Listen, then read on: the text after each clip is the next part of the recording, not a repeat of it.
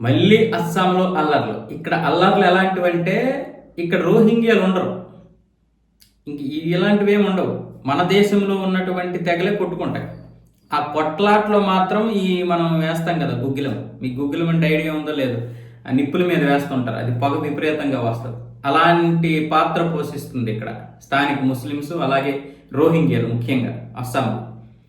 మన సోమవారం సాయంత్రము కోక్రాఘర్ ప్రాంతంలో ముగ్గురు బోడో తెగకి చెందినటువంటి వారు ఒక వెహికల్లో వెళ్తుంటే లగేజ్ తీసుకొని ఒక ఆదివాసీకి చెందినటువంటి ఇద్దరు వ్యక్తులు ఢీ కొట్టేశారు. అది పొరపాటున జరిగిందని వీళ్ళు చెప్తున్నారు, కాదు కావాలని చేశారని వాళ్ళు చెప్తున్నారు. మొత్తానికి ఒక పెద్ద ఘర్షణలు రేగింది. ఎందుకు? మొదటి నుంచి వీళ్ళకి పడడం లేదు. ఈ బోడో తెగకి ఆదివాసీలకి మొదటి నుంచి పడడం లేదు. బీహార్ నుండి వచ్చేసి ఇక్కడ స్థిరపడుతున్నారు, మాకు ఇది లేదని ఆదివాసీలు ఏమొచ్చేసి తెగ అక్కడ ఇదవుతున్నారు మొదటి నుంచి. ఈ రోహింగ్యా సమస్య ఏదైతే ఉందో దానికంటే అలాంటిదే. ఈ రోహింగ్యాతో ఎంత ఇబ్బంది పడుతున్నారో అలాంటి సమస్యలతోటి మేము బాధపడుతున్నాం, మళ్ళీ మా తెగకి ఇబ్బంది వస్తుందని బోడోల మీద ఆదివాసీలు ఏమొచ్చేసి మొదటి నుంచి కూడా కొంచెం కోపంతో ఉన్నారు. ఇలాంటి పరిస్థితుల్లో ఈ ఇష్యూ జరిగేసరికి వాళ్ళు ఏం చేశారు, ఆదివాసీలు ఇద్దరిని మా వాళ్ళని ఢీ కొడతారని ఆ ముగ్గురిని దాడి చేశారు. ఆ ముగ్గురి మీద అందులో ఒకరు చనిపోయారు. దాంతో ఏమైంది, మంగళవారం ఉదయం నుంచి కూడా ఇటు బోడో తెగకు చెందినటువంటి వారు కూడా ఆదివాసీల మీద దాడులు చేశారు.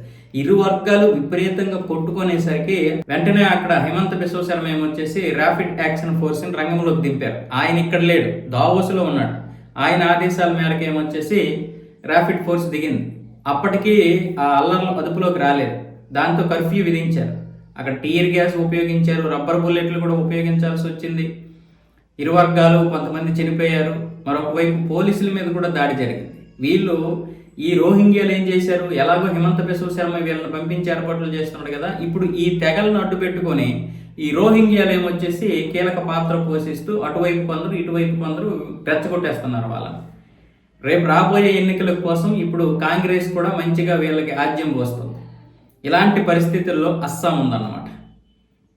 అంటే మనకు చూడండి, ఇప్పుడు రోహింగ్యాలతో కాదు పెద్ద సమస్య, ఇక్కడ ఉన్నటువంటి తెగలతోటే పెద్ద సమస్య. ఇక్కడ వాళ్ళు ఎందుకు రావాలి? బీహార్ నుంచి ఎక్కువగా బోడో తెగకు చెందినటువంటి వారు వచ్చేస్తున్నారు. బీహార్ ఏమని వేరే దేశమా?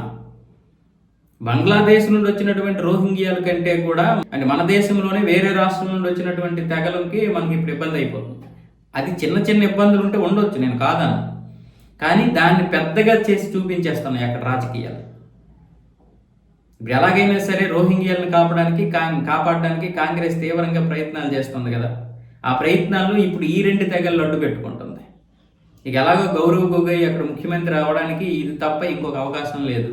అందుకే హిమంత బిశ్వ శర్మను ఢీ కొట్టాలంటే ఇదే కరెక్ట్ అన్న విధంగా ఆయన అయితే అలాంటి రాజకీయాలు. ఒకవైపు హిమంత బిశ్వ శర్మ వీళ్ళందరినీ కూడా రోహింగ్యాలందరినీ కూడా పంపించకపోతే ఇక అస్సాం అనేది ఉండదు. తరువాత ఈ బోడో తెగల గురించి చూద్దాం. మన దేశం నుండి వచ్చినటువంటి వారి మీద మనం దాడులు చేయడం ఏంటి, రోహింగ్యాలు వెళ్ళిపోతే ఇంకా మనకు ఆ సమస్య ఉండదు కదా అనేది ఆయన అభిప్రాయం. ఇలా ఈ విధంగా ఉంది అస్సాంలో పరిస్థితి.